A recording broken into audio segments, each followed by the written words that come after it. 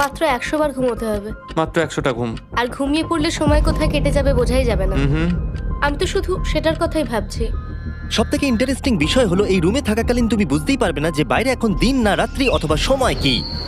আর প্রথম রাত্রেই সুজি আর বেলি বড় ভুল করে ফেললো মাত্র 2 ঘন্টা ঘুমিয়ে। তার মানে হলো ওরা দ্বিতীয় দিন শুরু করলো রাত 2:37-এ।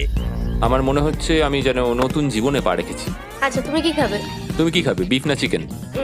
চিকেন। চিকেনটাই ঠিক আছে। দেখতে তো দারুণ লাগছে। ভালো হয়েছে। যেমনটা আপনারা দেখতে পাচ্ছেন একটা হোয়াইট কিউবের ভেতরে থাকা বেশ বোরিং।